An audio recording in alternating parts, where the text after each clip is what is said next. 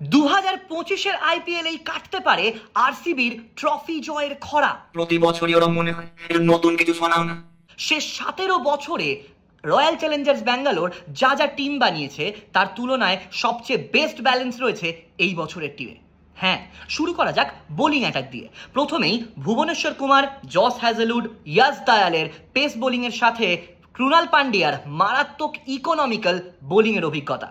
চিন্নাস্বামী স্টেডিয়ামের মতন ছোট গ্রাউন্ডে যদি ক্রুনাল পান্ডিয়ার সাথে ইম্প্যাক্ট সাব হিসেবে সুয়েজ শর্মার লেগ স্পিন একবার কাজ করে যায় তাহলে কিন্তু বিপক্ষের ব্যাটিংয়ের ঘাম ছুটতে বাধ্য।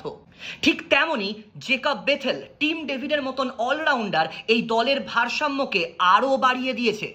আর এদিকে যদি ব্যাটিংয়ের দিকে তাকান তাহলে শুরুই করতে হয় বিরাট কোহলি। তাকে নিয়ে যতই বলা হয় ততই যেন কম। তবুও what a season you have last ইয়ার।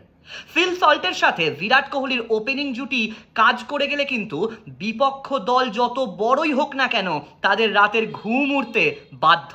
আর আরসিবির এবছরের captain Rajat Patidar, young blood with a gigantic strike rate against spin bowling. তবে আরসিবিকে চিন্তায় রাখবে লিয়াম লিভিংস্টোনের রিসেন্ট ফর্ম আর দেবদত্ত পাডিক্কালের ধারাবাহিকতার অভাব। তাহলে কি দাঁড়ালো 17 বছরের অপেক্ষা কি 18 এসে থামবে? হে আরসিবি, ইস সালা কাপ নাম দে।